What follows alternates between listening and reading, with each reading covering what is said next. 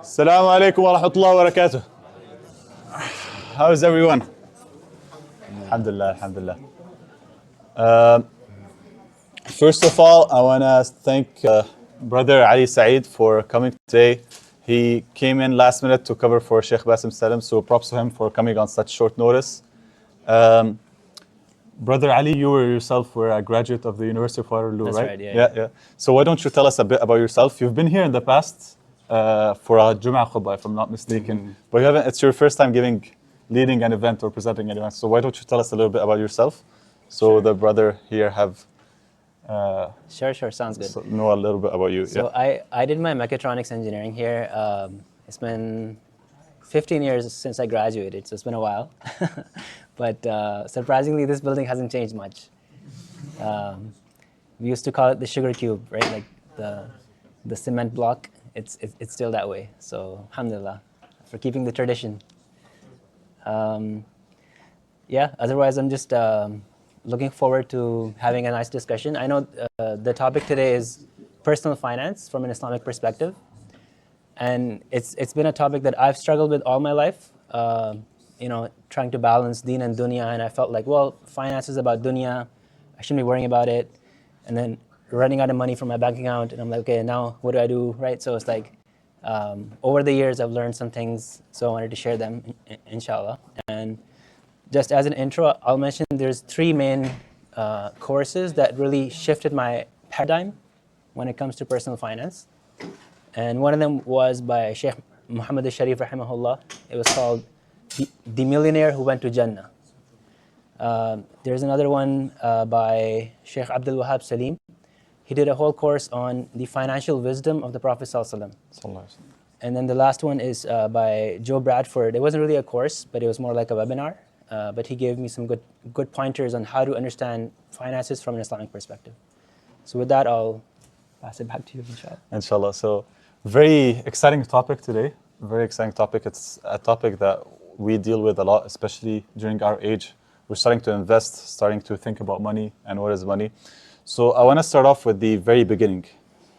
What is money, and what is money in Islam?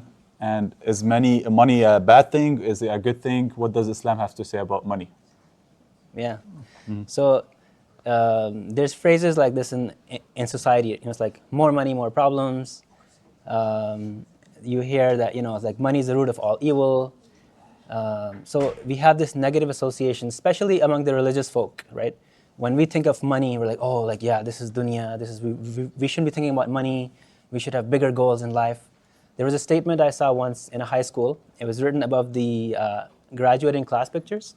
It said, most make money, saints make change, right? It was a cute statement, but again, that sentiment is echoed, that money is somehow something that saints don't pursue, right? If you look at the words used for money, in Arabic it's called mal, right? And mal, actually the verb for mal, mala yamilu, is something that makes you swerve, something that attracts you, right? So something that actually makes people swerve from the right path towards, getting off the path. So mal inherently has this attraction, this potential. However, what's really interesting is Allah subhanahu wa ta'ala uses the word in the Quran, khair, for mal, right? Something good. وَإِنَّهُ لِحُبِّ الْخَيْرِ لَشَدِيدٌ. And human being has this love of the good, right? And the word good here, the Mufassirun say is money. Man loves money, but Allah is saying man loves the good, right? So money has the potential to also do good. So inherently, money is just a tool, right? And just as this life is a tool, so we don't say like dunya or this life is bad or good, right? Just like we don't say a knife is good or bad, or fire is good or bad. It's how you use it. So inherently, money isn't really evil. And there's a lot of narrations. For example, we're told envy is bad. You should not have hasad for anyone, right? However, there's two people who are made exceptions for. You can be envious, with them. And one of them is a scholar who has knowledge and he spreads it.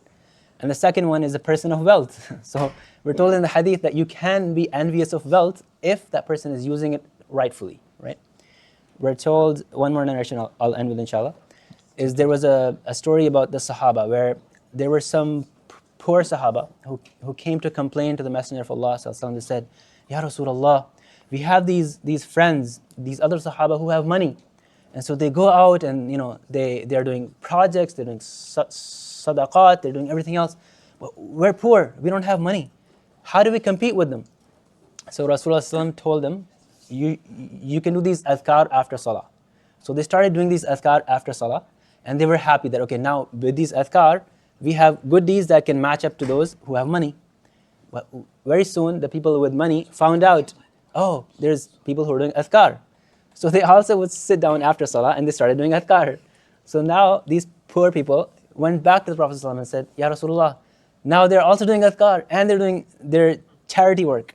How do we compete with them now? And at that point, Rasulullah ﷺ makes a statement. He says, ذَهَبَ أَهْلُ الدُّثُورِ بِالْأُجُورِ. Right? The people of wealth have succeeded you in reward. There's not much you could do now, right? So again, it's telling us that if you have money and you're spending it the right way, you actually will get a higher level, right, than people who don't have money. So money inherently is actually a means to get to a better place in Jannah. So inherently it's not evil, to answer the question. Jazakallah khair, Ustad. I just realized I forgot to tell you just about this event that we're going to have Shai, so have some Shai, inshallah. And everyone else is having Shai also. And just a reminder for the brothers, just raise your hands if you have any questions. And the sisters, you can also raise your hands, or you can scan the QR code and I'll ask the Sheikh any question. If there are no questions, my question to you is, what about the Prophet sallallahu alaihi wasallam? What was his relationship with money? Right. How did he deal with money? Where did he use his money? And was the Prophet ﷺ poor or was he rich? In some narrations, we can see that the Prophet ﷺ spent days where he was very hungry, and some days where he was donating so much money. So we're kind of confused whether he was poor or rich. How was the Prophet ﷺ? Yeah. So this is actually the core paradigm shift that I had in my life, because I was always told as a child that Prophet ﷺ was poor, and he lived a very humble life, and we're not supposed to have wealth because he's our role model, right? And if he's our role model, then we should be poor, and we should basically give away all our wealth and have nothing to do with money. But subhanAllah, when I took this course by Sheikh Abdul Wahab Salim, he explained that if you look at Rasulullah's life from start to end, right? Let's start from the very beginning, even before Rasulullah is born. So Abraha is coming with the elephants to attack the Kaaba, right? And if you know that story, what he does is he captures all the camels that are in the area, right? So there were about 100 camels that he captures that belong to the grandfather of Rasulullah, Abdul Muttalib. And Abdul Muttalib comes and he negotiates. He says, I'm here to negotiate. And Abraha's like, he's going to talk about the Kaaba. But Abdul Muttalib says, I don't worry about the Kaaba. Allah will take care of it. I just want my 100 camels back, right? But what that shows, and that was only half his wealth. So if Abdul Muttalib, the grandfather of Rasulullah, had 200 camels, imagine someone having 200 cars today, right? That's like a multi-millionaire, it's like super rich person. That's the lineage of Rasulullah. Then when Rasulullah's father, Abdullah, passes away, narrations say that he left about 5 camels, certain amount of wealth, right? So again, he wasn't poor, right? Like if someone has 5 cars, it's not a poor person, right? We find Rasulullah actually starts working, right, from a young age. He's a shepherd, then he's going on trade routes, he's learning how to do business.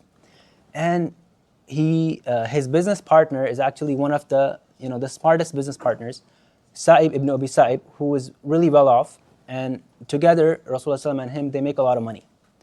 Then Rasulullah marries, whom does he marry? He marries the richest lady in Mecca, Khadija radiallahu anha. Rasulullah's best friend is Abu Bakr as-Siddiq radiallahu anhu, who is the top merchant of Mecca, right? So again, there's a lot of wealth in Rasulullah's family. We find Rasulullah has 2 houses in Mecca, right? So he had one house from his mother, Amina, and another house from Khadija radiallahu anha. So he had 2 houses. Now, if someone has 2 houses, we don't consider him a poor person, right? Then when he moves to Medina, he has 9 houses for all his wives. So again, you can't build them without money. We find Rasulullah actually would get money, right? Like whenever there would be a battle, or for example, Banu Nadir was a tribe that was living in Medina, and when they broke the treaty, their punishment was to be expelled from the city. So when they left huge amounts of wealth, right, in their forts and stuff, and Rasulullah got a huge share. And what does he do with that money? He actually builds a trust, an investment for his family, right? So again, he has a lot of money coming in, and that investment included like gardens and farms that would give harvests every year. So it's a continuous stream of income that's coming in, right? We are told in the Quran in Surah Ahzab is that when you go to eat at the Prophet's house, right, then don't ask his wives directly, but ask them behind a curtain, right? And what that verse shows is that there was a continuous gathering at the Prophet's house where people would come and feast, right? Guests are coming in, and if you know, if you're holding a feast for someone, how much effort and money it takes, and he is the leader of the community, so he's going to have a lot of guests, and the only way you can support that is if you have money, right? And we find another interesting narration where at the boycott, which was the 3-year-long boycott in Mecca, Sheikh Abi Talib, Ibn Abi Talib, right? So that one, Rasulullah actually fed the entire group with his own money. And he kept feeding them until he ran out of his funds. And then he approached his wife Khadija radiallahu anha and he asked her, would you be okay if we use your money to feed the people, right? And she was of course okay with that. But that shows that he has so much money that he's feeding the entire crowd, right? And one last thing I'll mention. Now we know that Ali radiallahu anhu was actually adopted by Rasulullah and he used to live in his house, right? Now what's the backstory behind it? Like why was he living in Muhammad's house? The backstory was, I think it's Ibn Abbas who mentions, is that there was a time in Mecca when the things got so tight, it was almost like a recession, is that the finances got so tight that people had to eat bones to survive. There was no money left to even buy food. But there were only 2 people in Mecca who were well-to-do. They had no problem. Their finances were not affected. And one of them was the uncle of the Prophet ﷺ, Abbas radiallahu anh, and the other one was the Prophet ﷺ himself. And so Abbas and Muhammad ﷺ, they decided that, you know what, Abu Talib is going through a difficulty. He has a lot of kids, he doesn't have enough money to feed them. Why don't we go, we're both well-to-do, we can both adopt a child. And so they went, and Abbas radiallahu anh adopts Ja'far radiallahu anh, and Muhammad ﷺ, or Prophet ﷺ, he adopts Ali radiallahu anh, right? So they were so well off that even during a recession, they were not affected, but rather they had extra money to be able to adopt extra children and bring them into the family, right? So that shows the financial wisdom of the Prophet ﷺ, that he was actually not poor. The scholars of Andalus would actually do takfir of anyone who said the Prophet ﷺ was poor. They would say, you have disbelieved, because we cannot call the Prophet ﷺ poor when his life was not reflecting that. And As-Suyuti rahimahullah, I call him the textbook machine, mashallah. This scholar, he just went through all the textbooks in the past, and he would write one giant, compendium of that science that until today people study it, right? At Islamic universities, if you want to study Ulum al-Quran, you're going to study As-Suyuti's book. If you're reading tafsir, you're going to read Jalalain, which is by Suyuti. If you're studying any science, right, he was the textbook machine. He took all the sciences that was written before him, and then he would put them in one textbook. So As-Suyuti says, is that people, ask this question that Rasulullah used to make this dua, Allahumma ahyini miskinan wa amitni miskinan wa ahshurni fi zumrat al-masakin. Ya Allah, make me live as a miskin, make me die as a miskin, and raise me up from the quarters of the masakin. So he said that people ask, doesn't that mean that Prophet was miskin then? And he says that, but if you look at the life of the Prophet, he was actually not a miskin. He was not a poor person. So the meaning here in this hadith is not the miskin financially, but miskin as in of humble character. So Prophet was not arrogant, he was humble, and he wanted to be humble, but financially he was not a poor person. I know that. I'll end inshallah. Jazakallah khair, Ustad. Any questions for brothers? Okay. No questions for the... Actually, we have some questions for the sisters. There's a question from a sister that says, there was a time where our Prophet Muhammad ﷺ lived off only dates and water. During this time, what was the status of the money of the Prophet ﷺ? If I remember correctly, there was one day where the Prophet ﷺ only had the shoulder of a dhabiha back then. So how can you correlate that with him being rich? Right. So there were definitely times, right? And I think that's what is overplayed in khutbahs and in books we read. And there were definitely times where Rasulullah, didn't have a lot, because he was very generous, right? We find in Ramadan he would become ajwadu ma yakun, right? Fi Ramadan. So he would become extra generous, and he loved to donate. So, and especially after he emigrated from Mecca to Medina, right? There's a time when you move, you're rebuilding your wealth. So there were definitely times in Rasulullah's life where he had less, right? But if you look at the overall life, it actually doesn't mean that he was a poor person. Yes, he had periods, right, where he was rebuilding, but that's how we understand those circumstances. Okay. Now, if we move on to working with money, a big issue that comes in is the issue of tawakkul and budgeting. So, is budgeting or counting your money, how much you have money, worrying about money, is it against tawakkul, or is it just being cautious about you and your family? How can you find the balance between these two? Yeah, very good question. So tawakkul is also sometimes confusing, right? It's like, okay, well, if I'm putting my trust in Allah, then why should I be worried, right? Like, why should I, like, if Allah is gonna be the Ar-Razzaq, He's the provider, then why should I have to do anything, right? But there was actually a time when the Bedouins were parking their camels, okay? And one of them actually didn't tie his camel. And Rasulullah ﷺ saw that, and he went up to him and he's like, why aren't you tying your camel? It's gonna run away. And he said, Ya Rasulullah, I have tawakkul on Allah. Allah will protect my camel, right? And Rasulullah ﷺ says, اعقلها ثم توكل على الله. First tie your camel and then have tawakkul on Allah, right?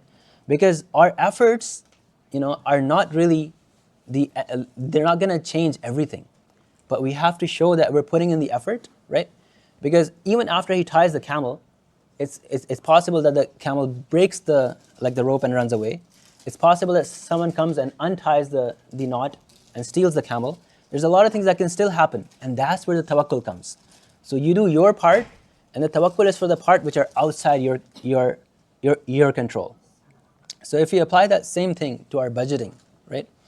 And in fact, there's an interesting hadith where Rasulullah says that if I had gold, right, as much as Mount Uhud, it's like a big mountain, I wouldn't let 3 nights pass except I would donate all of it, except for a portion that I would keep to pay off some debts, right?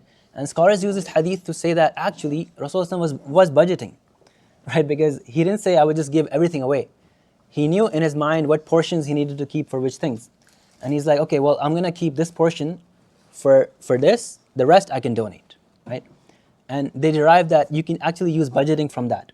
That if we're not planning, if we're not budgeting, right, then what's gonna happen? We're gonna lose out of money. And then budgeting in the Quran also, like, you can find some verses which talk about balance in spending.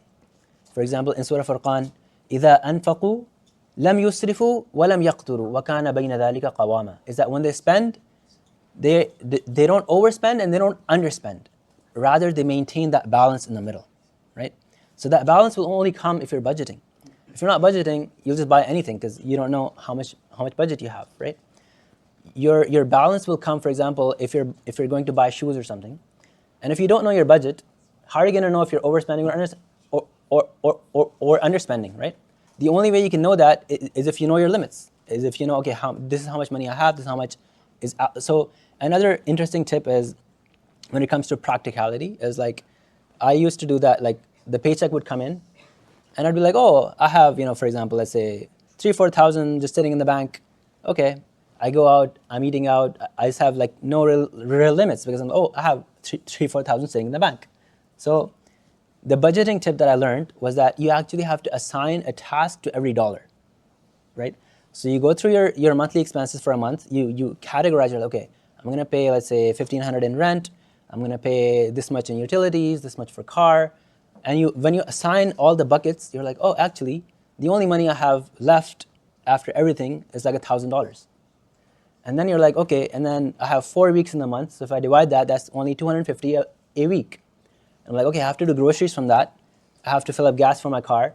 And yes, whatever is left, I can eat out.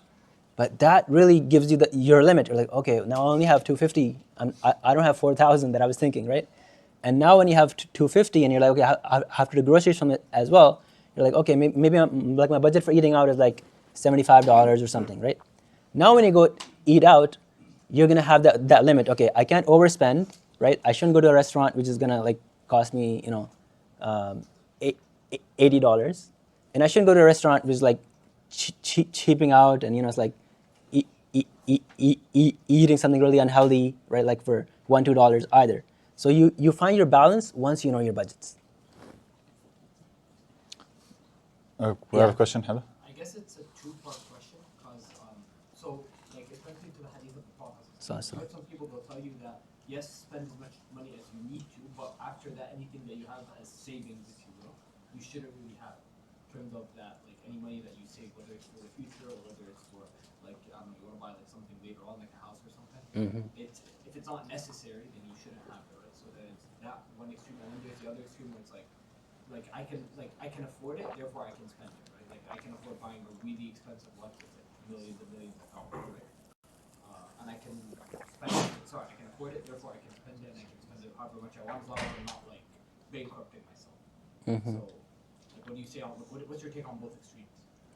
Okay, So just let me repeat the questions yeah. to the sisters. A brother is asking, there's from one extreme the side that says whenever you have money, you should not have more money than what you need, and the other extreme is if you have money, then you can spend it on whatever you want. So what's the balance between these two extremes? Yeah. So what's really interesting is before I even answer that, because in both cases the person is not saving anything, right?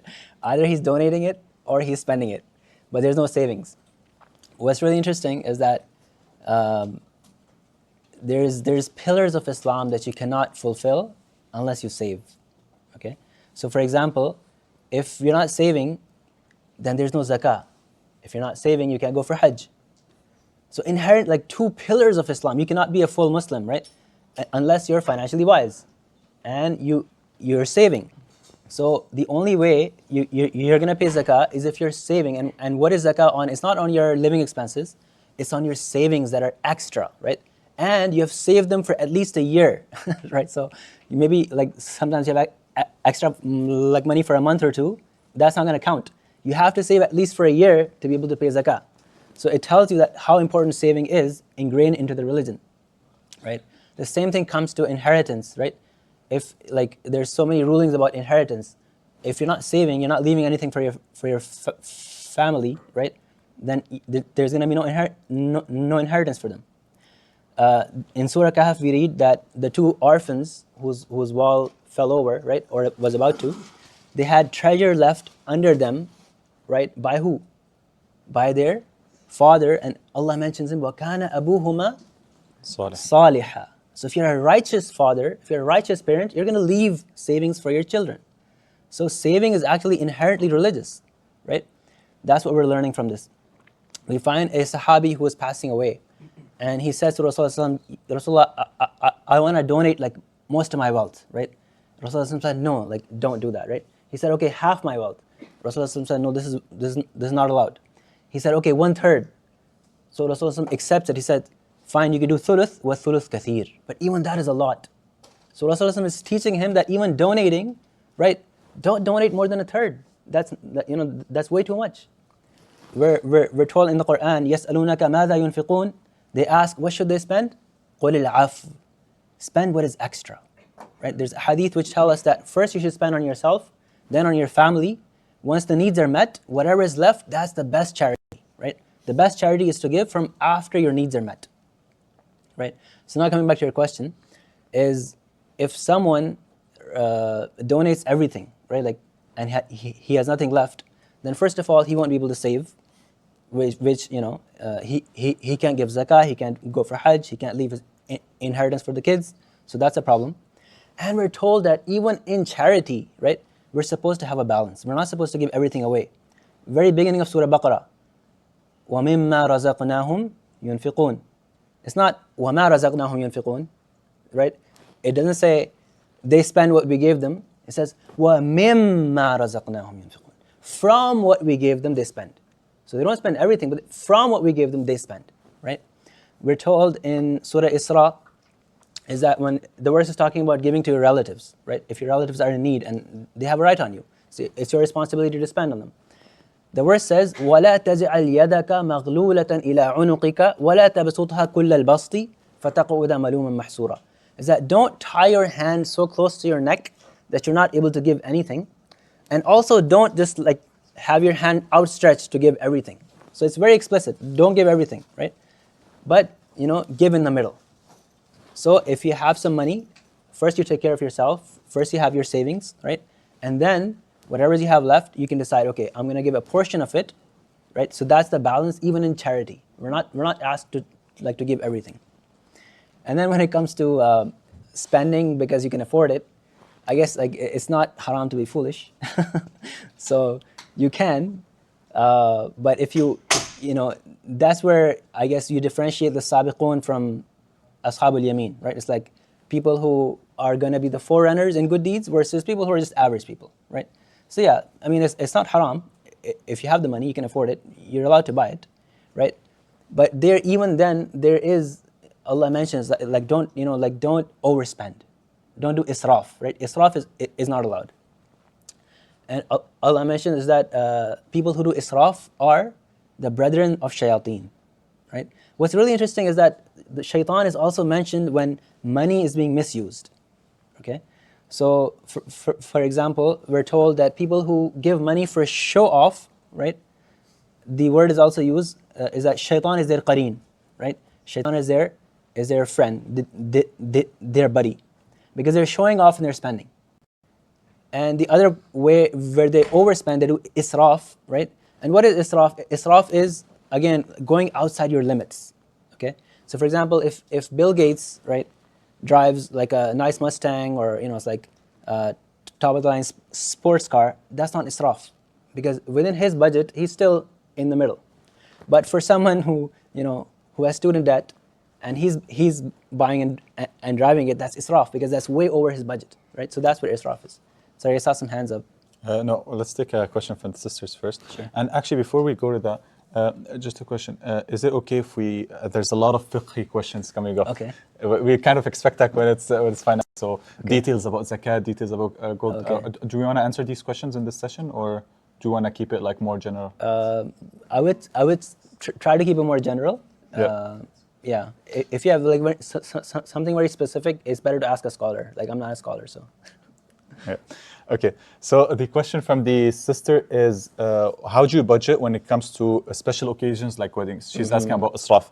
How do you realize when something you're spending your money on is it's very odd to spend your money on? So when does it become israf? We spend a lot in weddings. Usually people spend a lot of money on so many unnecessary things. So when do you know, when do you draw the line? When is it israf and when is it not? Yeah, that's a tough question. How do you know if it's israf? So first of all, like you look at your savings and income, right? And know kind of like what your limits are, right? Like no one should be taking a loan to do a wedding celebration that they couldn't afford, right? Like that would be wrong, right? So first you look at your balance and you're like, okay, this is how much I have, right? Then you look at kind of like the urf. Urf is like, okay, what's a respectable thing to do in society, right? So for example, like you're not gonna like come to this prayer room and do your wedding if, it's like that's kind of against the urf, right? So you do have to find a middle ground. You have to find, somewhere decent, which is respectable for the couple, right? At the same time, it matches your budget. And I think the deeper question here is about values, because usually for a celebration, it's about what will people say, right? It's about your image and your Instagram photos and those things. So you really have to ask yourself, what kind of person I want to be, right? Like, what are my values? And that sometimes helps shake off those influences from the outside. That okay, like you have to be a certain way, right? We're told that like simplicity is from iman. So you want to be as simple as possible, but again, respectably, right? Like not, you don't want to go too low. Again, like the verse said, don't underspend either, right? So find that middle ground. Yeah, that's the best I could say. Inshallah. We got a. Okay, let's get behind. Yeah. So my brother, my brother got into trading crypto, and he's making money from it, and so he convinced himself it's halal. But I guess it's motivated reasoning, but I'm wondering, is it actually halal? Do you want to That's a good answer? question. So, I mean, He's asking about crypto. His brother, brother of the one who asked this question is investing with crypto. So he's asking, is it halal? Because his brother convinced himself that it's halal. okay. All right. Yeah, again, like I'm not a scholar, right? But the analogy that I draw is it's kind of like you can take the analogy from stocks, right? So just as in stocks, like there's halal stocks and haram stocks. So likewise in crypto, you can have crypto for businesses or things that are not halal. So that would definitely be like a red line. But crypto for more general purpose, in my opinion, again, I'm not a scholar, I do consider them okay, but you should consult a scholar. Okay, let's take one question from the sisters. The question is about something that we deal with in the university. How do you manage OSAP? Mm-hmm. And is OSAP, what types of OSAPs is haram, the loan, and how do you manage taking OSAP without paying any interest? If you have the background with OSAP. Yeah, so I don't have a lot of background. I did take OSAP the first semester. I was kind of forced by my family too. But alhamdulillah, because I had co-op, I was able to pay off within the first year. And then after that, my co-ops would pay for my university fees, or I would just do some like part-time work. So for example, in my last year, I ran out of funds. So I would actually work full-time and attend classes part-time just to pay for my fees. But I kind of avoided the whole OSAP thing. But I think it's like levels, right? So if you can avoid it, great, avoid it, right? You can find some family member or some friends to borrow money from, and then you can pay them back, right? Then there's no interest involved. That's one option. If you can't do that, level 2 would be, okay, you take OSAP, and then, but you have to have, so the scholar says that you're only allowed to take OSAP if you have a very strong plan that you'll be able to pay before the interest starts, right? So you have to have a high degree of certainty that you'll be able to pay off, because you do have enough time, right? By the time you graduate, you could do some part-time work. So you have to have a very strong plan. Then it becomes okay for you to take OSAP, because you'll be paying it before the interest starts. So that's like your level 2, right? And I think you basically, I've had friends who basically reached that point and they weren't able to pay it off, right?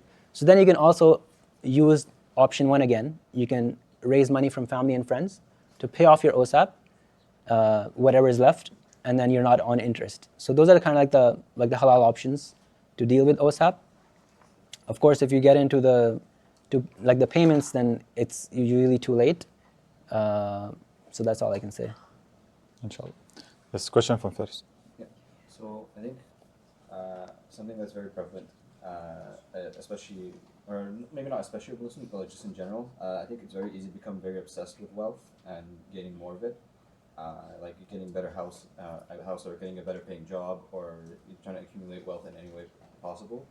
I'm wondering if you have any strategies, one, to be able to be grateful and accept the wealth that you have without desiring more, like obsessively, and two, how do we kind of sort of maintain a sort of like ambition and I guess a respectable struggle to succeed more in life without becoming obsessed with wealth, right? Like how do you keep a healthy level of ambition? So. Yeah, that's... Yes, just is the question for this. He's asking about obsession with money. So how do you strive to get money and to do sa'i for your rizq, but not to the point where you're obsessed with money, where you're obsessed with getting to your next car and your next house and your next job. So how can you balance between these two? Yeah, very, very interesting, and I think this is the crux of it, really, right? Like this is where the whole discussion, like this is why all the khutbahs talk about, beware of wealth, right? The love of dunya and money, because it's so easy to fall prey to that, right?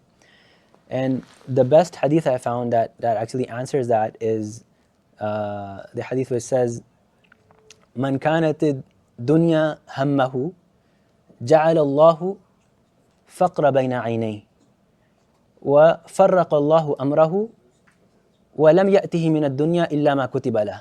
Is that whoever makes dunya his main worry and main goal, what happens? Allah makes his affairs fall apart. And Allah puts poverty between his eyes. And he doesn't get from the dunya except that which is already written for him. Right? So this is what happens when we make money our goal. Remember, money is what? Money is it's a tool. Exactly, right? Money is a vehicle, right? But if you make that vehicle your goal, then what will happen is that you will always feel poor. You'll always feel, I don't have enough, because you're always comparing yourself to someone who has more money, right? I'm not Elon Musk yet, right? And then what will happen, your matters will fall apart. So for example, you're hustling, you're waking up at 4 a.m., you're working on your startup, but now your health is bad, right? And now you have to take a break. And now you're coming back from your health, and now your spouse is not happy with you, right? And now you're trying to fix your relationship, and something else happens. You get into an accident. It's like, so you're farraqa Allahu amrah. Like it's a saying from like the Rasul is that if you make the dunya your goal, if money becomes your goal, then you'll always be on that rat race. You won't be able to get out of that hamster wheel because you have lost the purpose, right? And you won't get from the dunya except that which already written for you. So you feel like you're making progress, you feel like you're getting ahead, but you're not. You're only going to get what's written for you, right? And the opposite, the solution is also mentioned in the same hadith. وَمَنْ كَانَتِ الْآخِرَةُ نِيَّتَهُ. And whoever makes the akhirah their goal. So now they have the money, like, okay, how do I earn Jannah with this money? Or how do I make more money so I can get to a better place in Jannah, right? So now they're treating the money as a tool. When you treat the money as a tool, then what happens? جَمَعَ اللَّهُ شَمْلَهُ. Allah puts the matters together for that person, right? So maybe he doesn't have enough money, maybe he's worried, but things just fall into place every day. It's like, oh wow, okay. So for example, there's a story of a brother. I think his father has this illness where he needs a blood transfusion every week, okay? And he's a poor person in Pakistan. He doesn't have enough money. He's like, how, I don't know, I don't make enough money to afford that. But subhanAllah, every week, someone random donates enough money that I'm able to do it. And he's like, I have no idea how I've been doing it for years, right? And that's what happens. Like Allah puts, the affairs for you together. The second thing, وَجَعَلَ اللَّهُ غِنَى فِي قَلْبِهِ. And Allah puts contentment in that person's heart. So even if the person doesn't have enough, he's content. And I've experienced that in my life, okay? Sometimes I've had thousands of dollars in the bank account, and I'm so worried. I'm like, I don't have enough. What if this happens? What if that happens? I'm like stressing out, right? And other times I've had literally less than $1,000 in the bank, okay? That's all I have. And I'm the most content person. I'm like, it's okay, Allah will take care of me, right? It's all psychology. So if we make akhirah our goal, Allah puts contentment in our hearts, right? We're okay. But if we make money our goal, then that contentment goes away, and you're back in that rat race. And the last thing, which is, I love the last part of this hadith, وَأَتَتْهُ الدُّنْيَا وَهِيَ رَاغِمَةٌ. And when you make akhirah your goal, the dunya will come to you humiliated, okay? The analogy the scholars give is that, imagine the sun, right? You're standing in front of the sun, okay? And sun is denoting like guidance and truths, okay? You turn away from the sun, you're looking the opposite way, the shadow is in front of you, right? So the shadow is on the ground in front of you. Now the shadow is your dunya, the shadow is the wealth. If you try to chase the shadow, the more you try to run towards it, the more you try to step on it, what will happen? It'll keep going further and further away, right? You'll never get it. You'll always be dissatisfied. Oh, I'm not there yet. I don't have enough. You'll always be chasing it. You'll never get past the shadow, right? But the minute you turn around, you look at the truth, you look at the sun, you walk towards Allah, what happens? The shadow has no choice but to follow you, right? And that's the dunya, that's the wealth. So that's really the key, is if you want to have the right psychology with money, is to use that as a tool for the akhirah. Yes, earn more, make more money, right? It's all halal. Allah says, قُلْ مَنْ حَرَّمَ زِينَةَ اللَّهِ الَّتِي أَخْرَجَ لِعِبَادِهِ وَالطَّيِّبَاتِ مِنَ الرِّزْقِ. Who has made haram? The beauty and the halal rizq that Allah has made for you. In fact, in this verse in Surah A'raf, Allah says, is that قُلْ هِيَ لِلَّذِينَ آمَنُوا فِي الْحَيَاةِ الدُّنْيَا. Rather, Allah has made this for the believers in the life of the dunya. So Allah is saying, this is for you in dunya. Go enjoy it. Get more money, get more beauty, right? خَالِصَةً يَوْمَ الْقِيَامَةِ. And on the day of judgment, it'll be purely for the believers. Here, yes, believers, disbelievers, everyone will get it, right? So there's nothing stopping you. But don't make that your goal. Make that a tool that will get you closer to Allah. Inshallah. Okay, question from a sister. She's asking when they want to get married, especially from sisters, is it okay for them to look at the brother's money and how much money he has? And should they make it a big concern? Is it okay if they make it a big concern? And what are like the limitation? When are they being unrealistic and when are they being realistic? Good question. So we find a narration where Rasulullah was actually advising a Sahabiya. She got 2 proposals, right? And she said that, so and so has proposed to me and so and so has proposed to me, and who should I marry? And Rasulullah said that, okay, well, this person A, he actually beats his wives. And person B, he doesn't have enough money, right? So basically he said, don't marry either of them. So we find that, yes, there is that aspect that you do look at the money, right? Because the husband has to provide, right? So just as the men look for beauty, if they don't find enough beauty in a girl, they're not going to marry her, she can do the same, right? So because they have to provide, they are the providers, right? Then she can look for the money, but then she should look at her status, so her family background. What is she used to? For example, scholars mention if she's used to a maid in the house, then the husband, she should look for a husband who can afford a maid, so she doesn't have to cook and clean.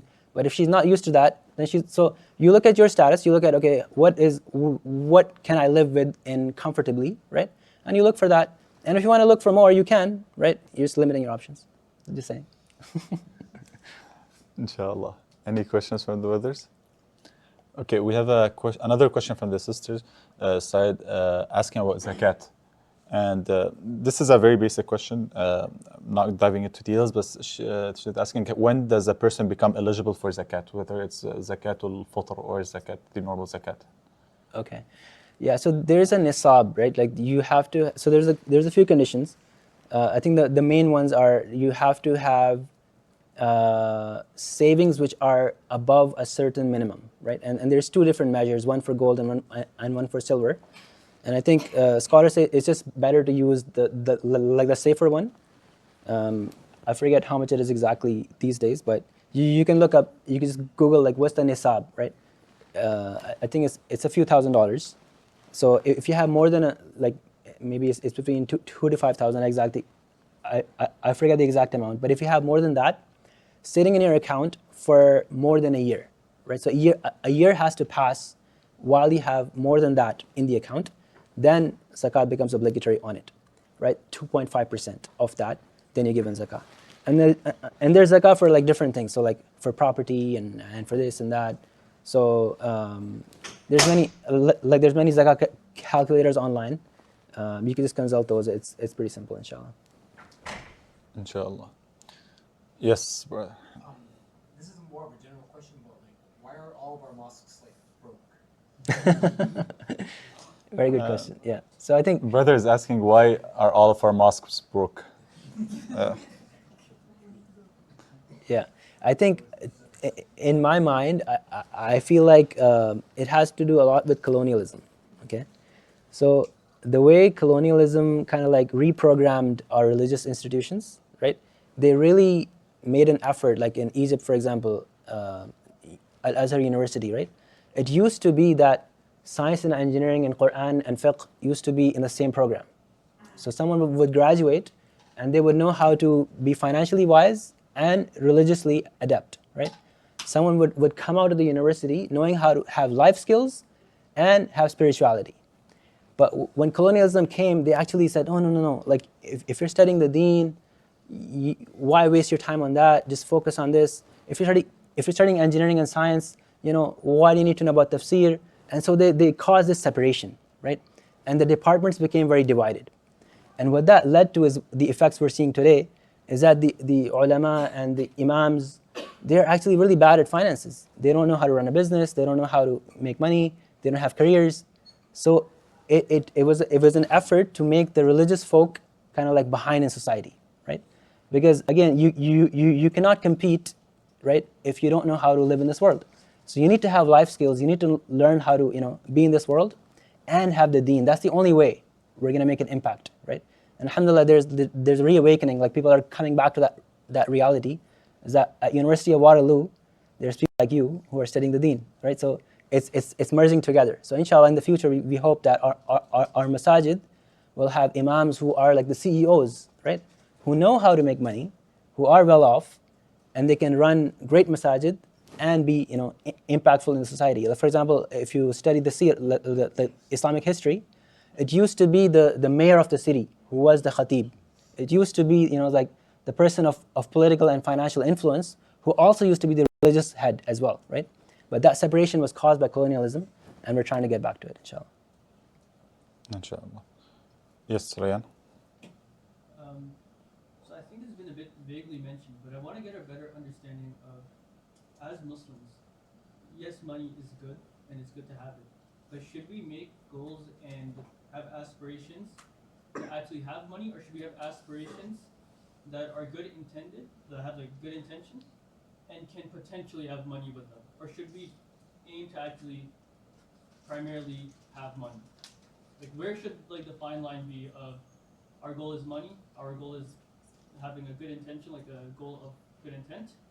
Like where kind of do those things come together, and how far should we be towards just good?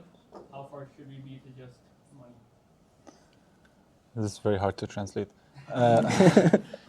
He's asking when should we, like, how can we make the difference between prioritizing just working for money and then prioritizing having good intentions and then the money comes along. So how do you make the difference between this thin line? I hope I did a good job. Okay. Yeah, so there's a few angles to look at it, right? Like one is personality.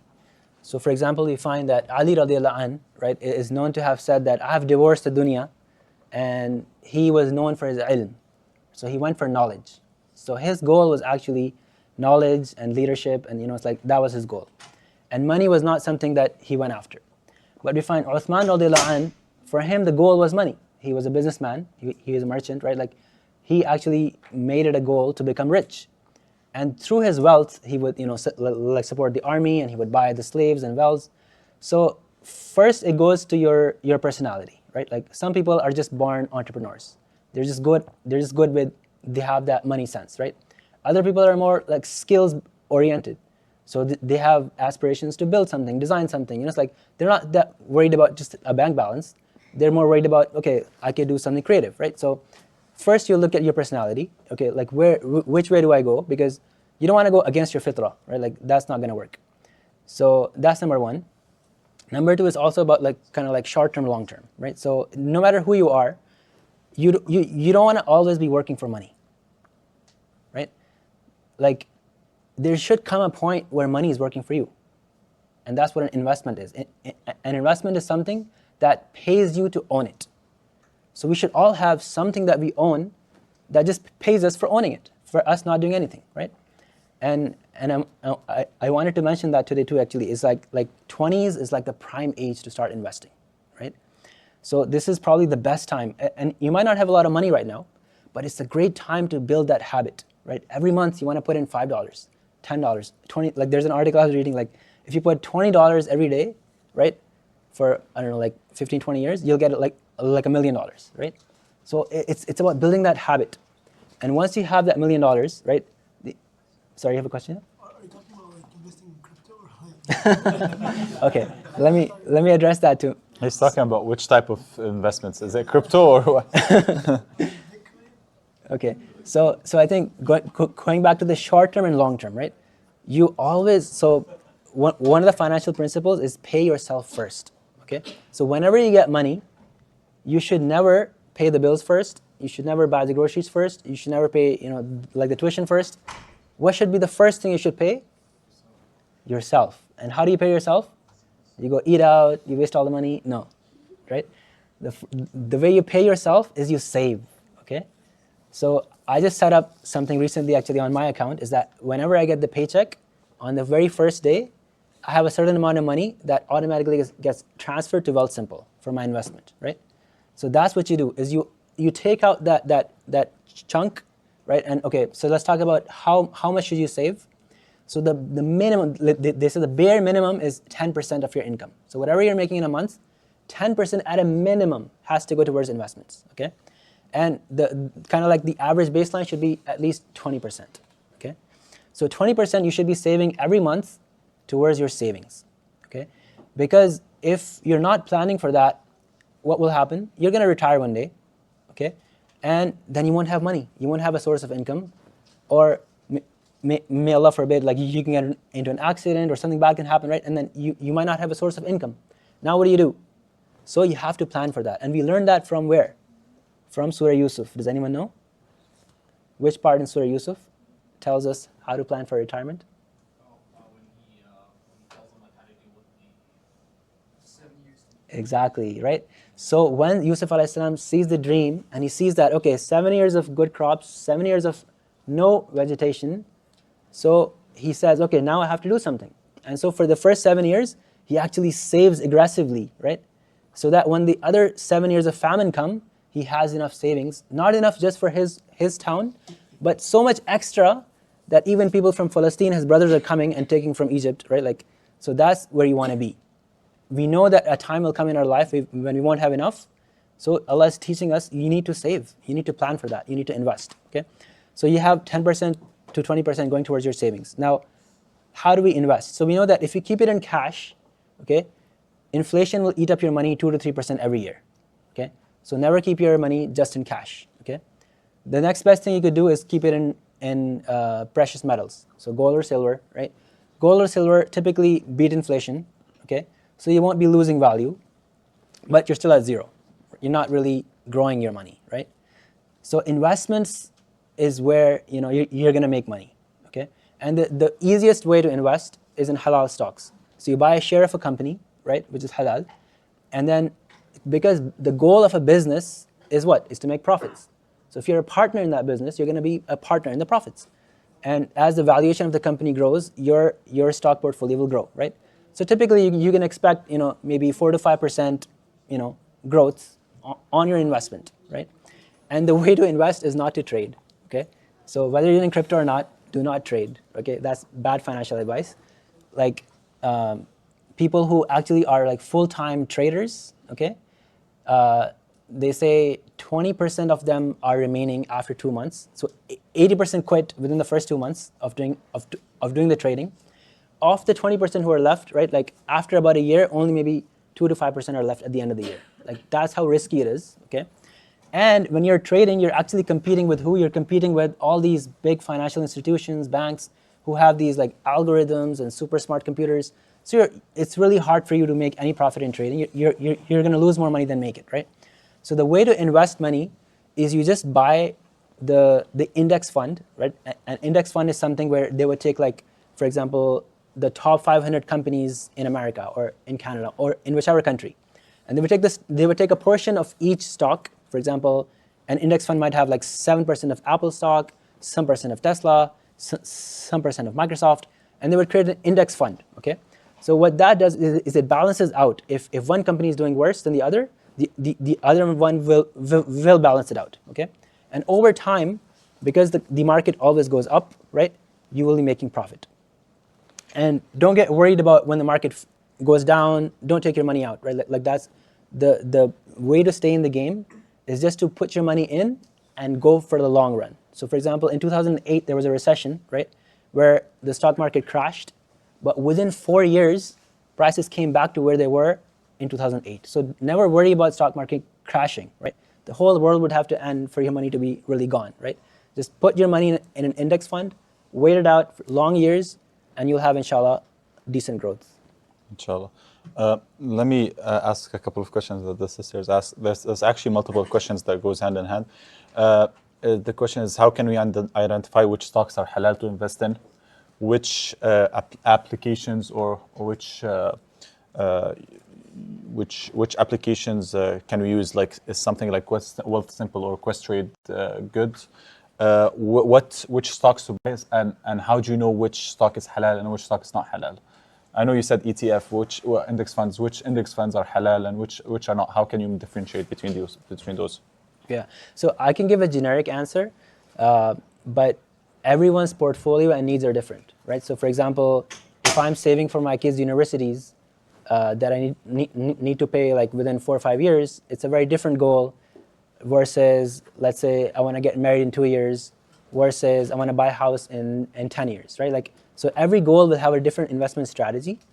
And that's where it really helps to either have a financial advisor that you can go to and talk to, or you have to do a lot more research for your specific case, right? Because if your goal is long-term, then it'll be a very different strategy. So based on that, like which stocks you'll buy, it will all vary. But there are apps, for example, there's an app called Zoya. So Zoya will tell you for any stock, whether it's halal or haram, or like if it's questionable or not. So there's an AAOFI Islamic finance institution that actually categorizes, like they have certain conditions that they run through to make sure if a company is halal or not. So you can use that app. Wealth Simple has a halal portfolio. So that's what I did, because I'm not good at I don't have enough time to like do my own research. So I just put the halal portfolio on, and they just have a bunch of halal stocks that are part of that fund, and then you're just done with that. So what's that, man? I had a question about the index fund. So index fund comprises of, like, for example, S&P 500. That's like the 500 the top companies in the US. So a lot of them are also haram companies. Yeah. So isn't it like questionable to invest in index funds like that? He's asking that index funds like S&P 500 have some haram companies in them. So isn't it questionable to invest in that? Yeah. No. So you're right. So I wouldn't invest in like a generic index fund. I would invest like in a halal index fund. So Wealth Simple, for example, has a halal version of it. So it's called Wahid. Yeah. Just to add on, that there's also a halal version of the S&P 500 that you can. Yeah. An ETF which you can invest. Yeah, he's saying there's also a halal version of the S&P 500. There's multiple ETFs. SPUS is halal, Wahid is halal. Yeah. Right.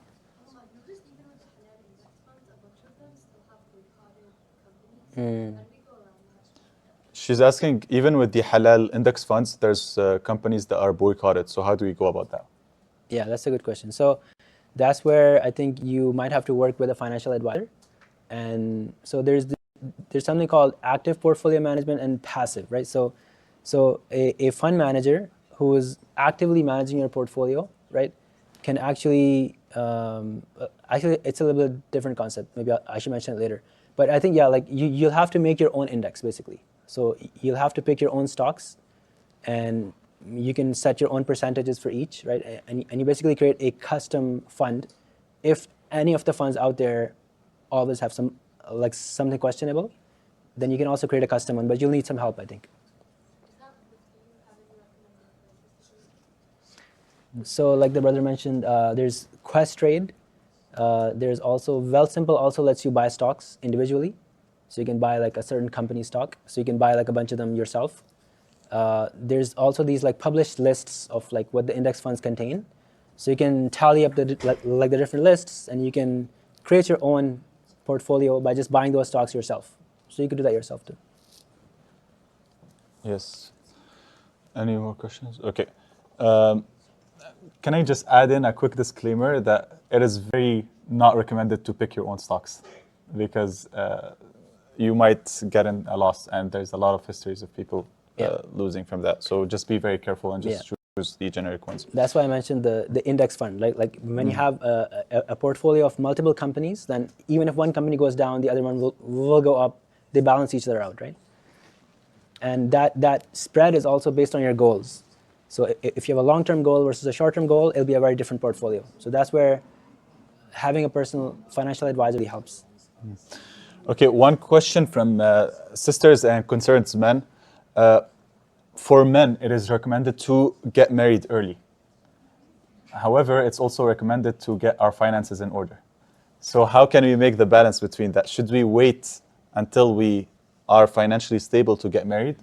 Or should we just to have tawakkul and the rizq will come from Allah subhanahu wa ta'ala and get married at a young age? How can we find the balance? Because we find so many contradicting opinions about this. So some scholars tells us, get married young, Allah will give you rizq. And some scholars tell us, okay, no, fix your finances first.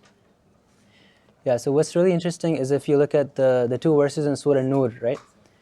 The verse at the very top of the page, right? It says that, so one of the verses is talking about how, Allah will provide for you, right? Like get married and Allah will provide for you. And the very next verse says is that, whoever doesn't have enough, he should wait. He should be patient, right? So we find almost like a contradiction. Okay, in one verse, we're told, Allah will take care of you, right? In the next verse, we're told, be patient until you have enough, right? So it seems as if there's like a threshold, right? There's like, if you have below that threshold that you can't run a family, you can't rent a house, you don't have enough to, to get going, then it's time for you to wait.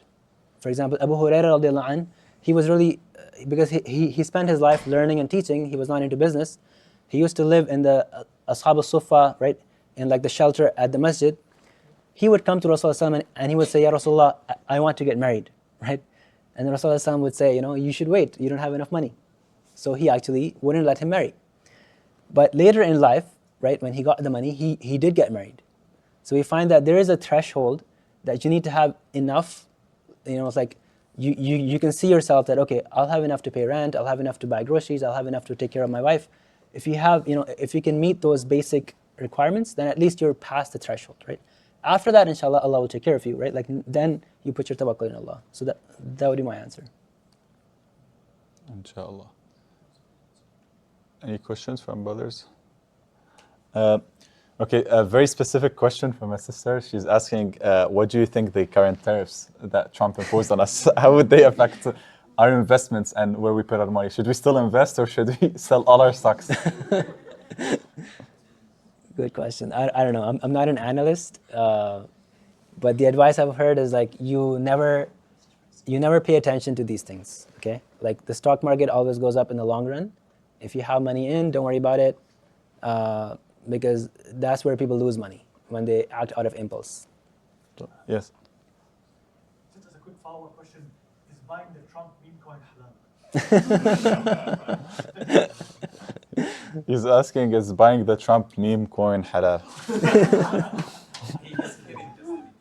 He's kidding, of course, yeah.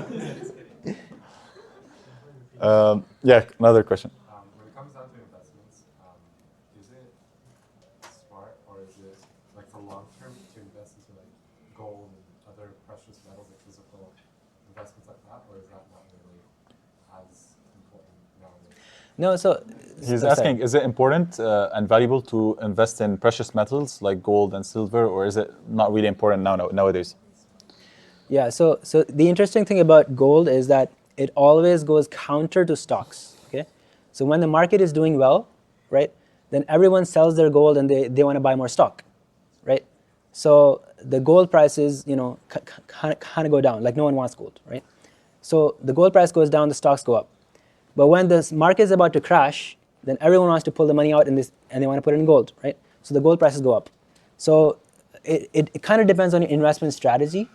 If you want to have like they say, don't put all your eggs in the same basket. So Sheikh Muhammad al-Sharif used to say that he would actually create his portfolio in 1/3. So he would put 1/3 of his money in gold, 1/3 of his money in stocks, and 1/3 of his money in sukuk, which are like the halal bonds, right?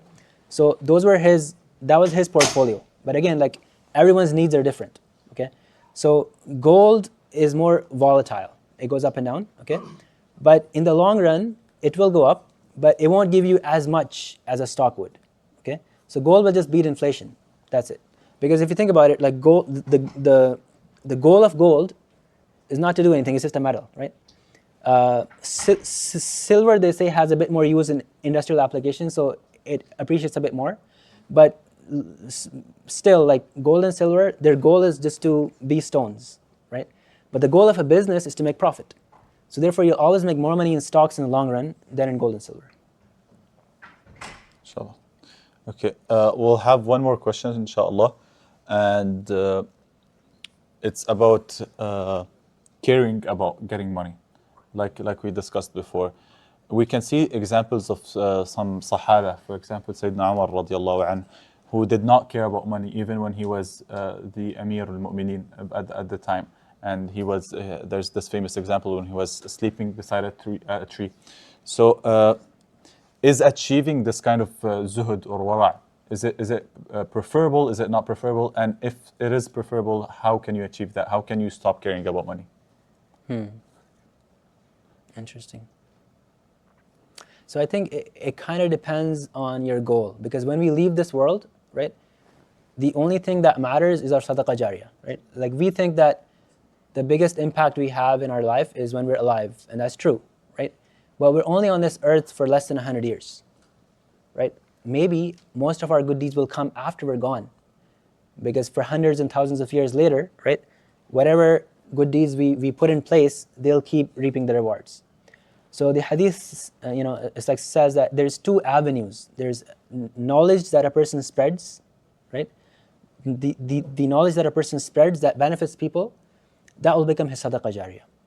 Or the money that he had, right, which he used like to build wells and hospitals and orphanages and mosques, right? Like so he's using his wealth to build his sadaqah jariyah. That's another one. And the third is your family. So your child who prays for you, if you raise them up well, right? So again, we find knowledge, wealth, and family. These are going to be your sadaqah jariyah, right? So if, for example, we look at Umar radiallahu anh, he's already Amir al-Mu'mineen, he's had amazing impact, right? He knows that inshallah, like he was focusing on expanding the Muslim lands, converting more people, bringing them back to the truth, right? So that's his sadaqah jariyah. So he's not worried about making more money because he's got a legacy in place, right? But for someone who's deciding, okay, which one is it going to be? Am I smart enough, right, to break through some new invention or some new patent that will benefit humanity after me, some medicine that I discover, right? And we don't think about these things, but these are actually sadaqah jariyah, right? We only think it has to be fiqh and Quran. No, it can be a patent that you make, right, that cures cancer or something. And that could be your sadaqah jariyah. You have contributed to the world, right? So, but if that's not you, you're like, no, I'm not good in studies, then it has to be money. Because how else, right, are you going to have your sadaqah jariyah? So then that will become your goal, that, okay, now I have to be really good at marketing, sales, whatever it takes, I'm going to have that bank balance. For example, like the Andrew Carnegie's, who, like every country has, like institutions upon institutions from their money. He was so rich, right? So you kind of have to pick your goal. Like, okay, how am I going to leave sadaqah jariyah? Jazakallah khair, Ustaz, for this session. We've actually had so many questions, and it's been one of the most interactive sessions this term, mashallah. Alhamdulillah.